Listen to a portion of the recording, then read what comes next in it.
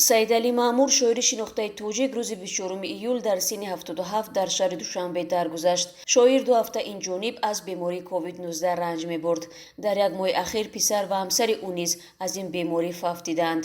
Алиакбар Абдуллоев, мушовири раиси Иттифоқи нависандагони Тоҷикистон, рӯзи 24 июл дар суҳбат бо Радиозодӣ гуфт, маросими ҷанозаи шоир субҳи имрӯз дар назди манзили зисташ дар шаҳри Душанбе баргузор хоҳад шуд.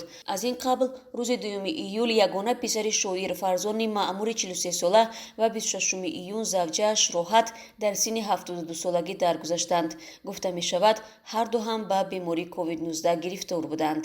Саидали Маъмур дар деҳаи Якабоғи Истарафшан соли 1944 ба дунё омадааст. Хатмкардаи факултаи Таъриху филологияи Донишгоҳи давлатии Тоҷикистон аст. Шоир дар радиои тоҷик, рӯзномаи Комсомоли Тоҷикистон фаъолият доштааст.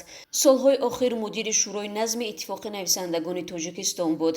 Асарҳои шоир ҳамчунон ба забони русӣ тарҷума ва нашр шуданд. Соли 2009 гулчини ашъораш ба ҳуруфи форсӣ чоп шуда, шеърҳои алоҳидаи ӯ дар маҷмӯъаҳои дастаҷамъӣ ва матбуоти Эрон Афғонистон ҳам бознашр гардидааст. ӯ унвони шоири халқии Тоҷикистонро дошт.